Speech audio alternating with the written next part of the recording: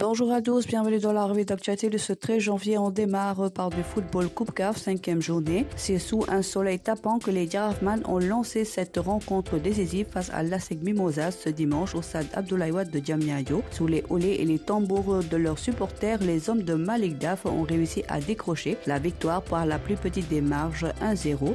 Dans une bonne position pour se qualifier, les hommes de Daf devront décrocher au moins le nul sur la pelouse de l'USM Alger pour être sûrs de se qualifié au tour suivant. Mercato des Lions, Grenoble fixe le prix pour vendre Pape Maïsaba cet hiver en réclamant 500 000 €. Idrissa Gueye de Génération Foot signe officiellement au FC Metz pour un contrat de 5 ans. Souleymane Faye, l'ailier de 21 ans du Real Betis, dans le viseur d'un club suédois pour 300 000 €. Résultat basket à présent, National 1 masculin, Guédiawaye Basket Club lance sa saison par une victoire en dominant l'USCT Port 62-53.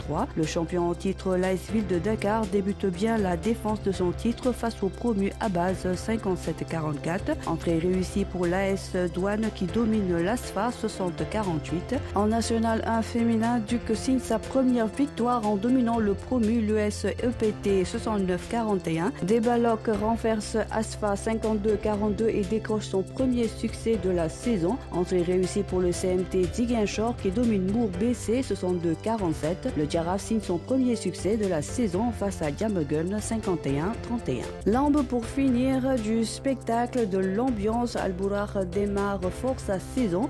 Les amateurs de lutte ont été gâtés hier lors du premier événement de Al-Bourakh Events pour cette nouvelle saison. Plusieurs combats se sont tenus au grand bonheur des spectateurs en plus des ambiances de feu, des face-to-face. Zarco prend le dessus sur Gris Bordeaux. Diène Kairé s'incline contre Fils de Balla. Pokala Baldé impose Talois face au gamer Talfa. Tafa meurt, enfonce Site Bungor. Papa Baribari bat Tafa Gay 2 et stoppe la belle série du vétéran. Face to face, Site et Balla Gay 2 font éclater la guerre des mots. Ama Baldé et Franc en viennent aux mains avant leur première face to face. Voilà, c'est tout pour aujourd'hui. L'actualité sportive continue sur nos plateformes digitales.